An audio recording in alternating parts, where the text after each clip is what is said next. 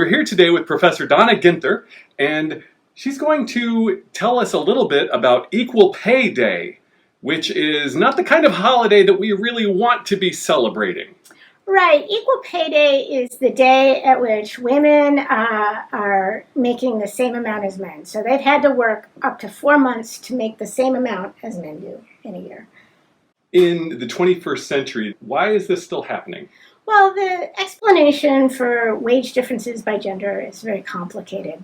First of all, women and men do different jobs that earn different rates of pay. And so women tend to be in caregiving sector jobs that unfortunately make less. So think teachers and nurses relative to jobs where men do, which are sort of more things in construction that have a higher wage rate.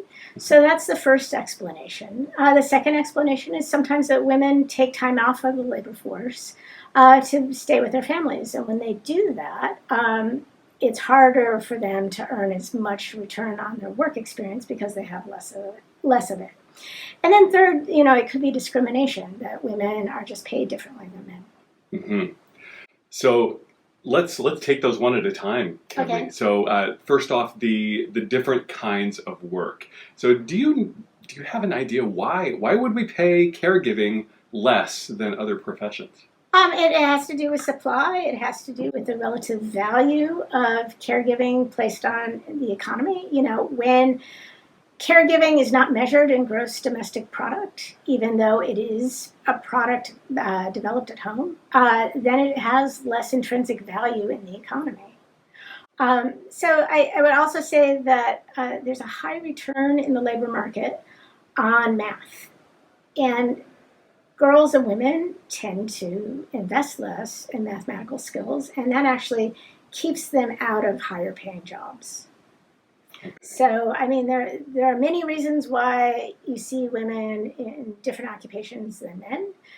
Third, it's interests. Women tend to be more interested in people, and men are more interested in things. And this people-things dichotomy plays out in a different wage rate in the labor market. So the second thing you mentioned was time off to care for children, raise a family, things like that. I myself was a stay-at-home dad for 16 years. I experienced a little bit of that coming back into the workforce, and that's even without discrimination. Right.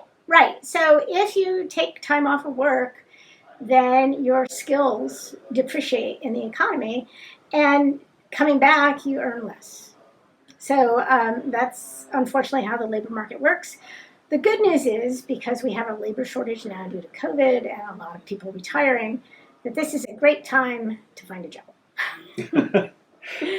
And the third thing that you said was just plain old discrimination. Right, and then I'll add a fourth. Yes. Okay. No, there's another thing. Oh yeah. So sometimes employers can take advantage of I'm going to hire a woman and pay her less, or I'm going to hire an underrepresented minority and pay that person less.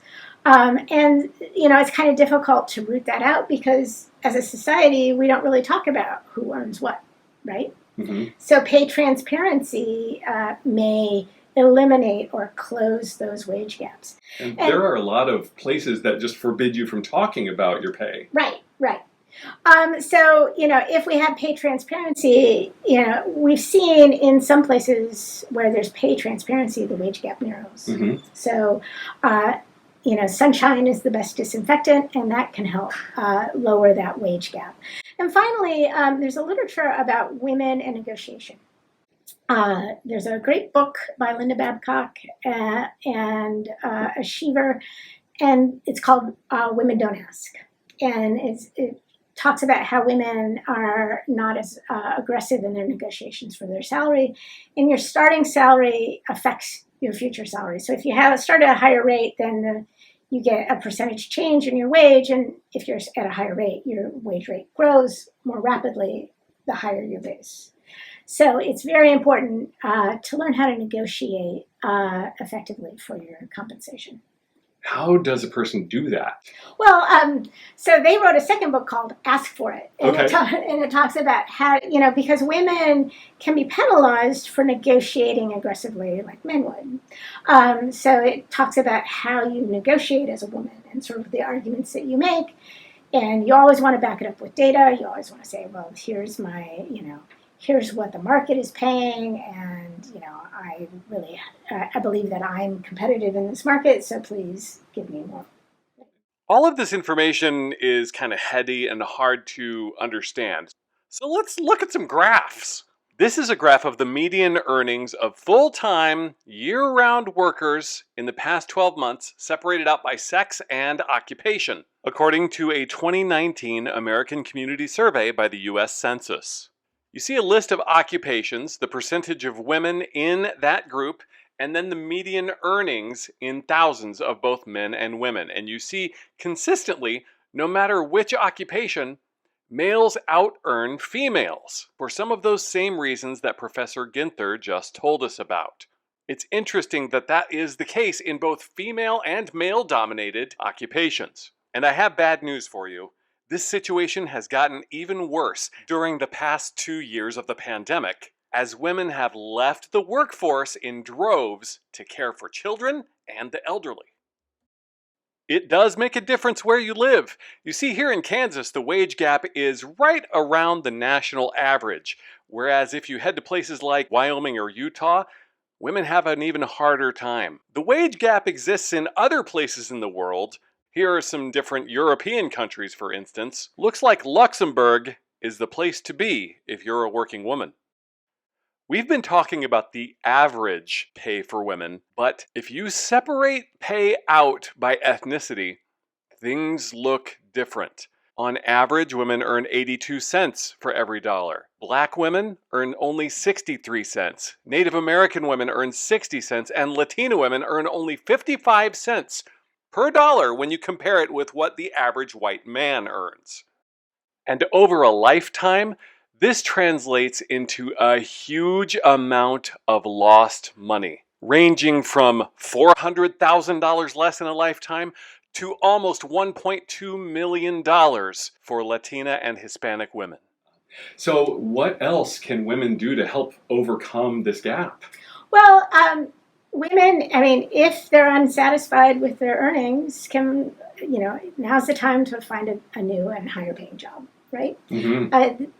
Firms are screaming for workers, and if you're unhappy with your compensation, put your resume out there because there are lots of opportunities. And what can men do to help overcome the gap?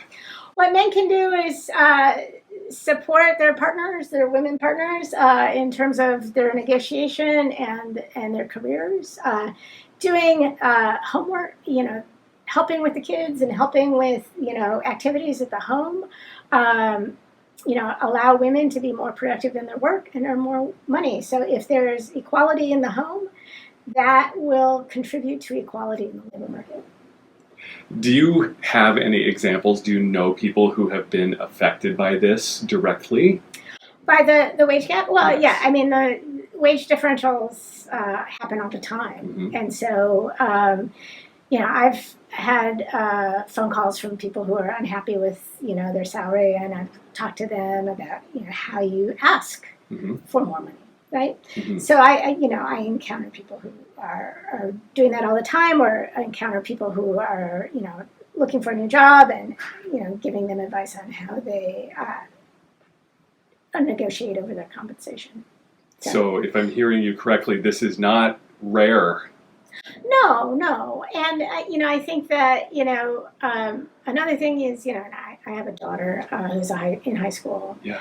and a son. And, I say that, this economy rewards math.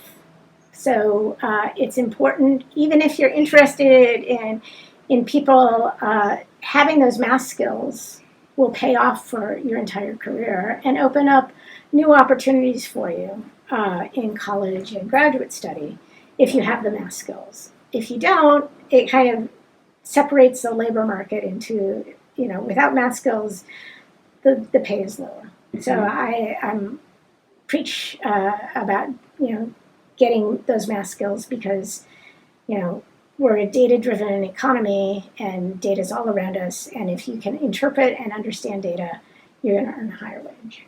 I see. Interesting. Is there something about the differential between pay that people don't know or that would be unexpected? I think a lot of people see the gap and say, well, that's unfair.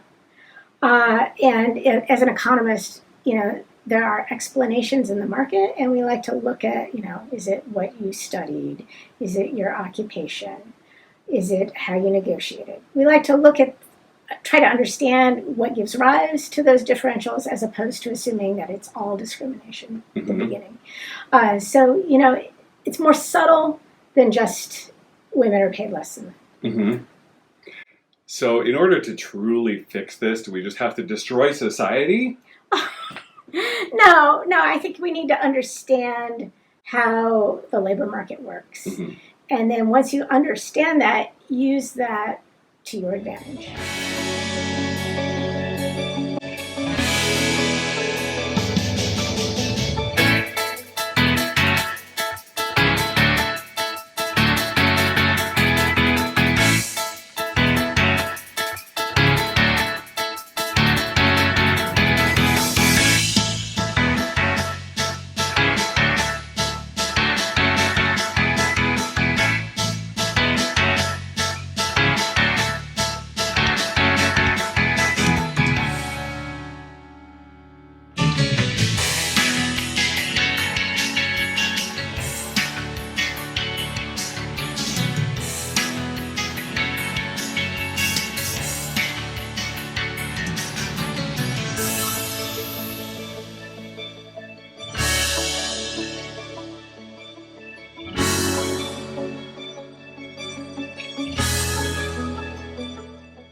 It's time for the cute pet of the day.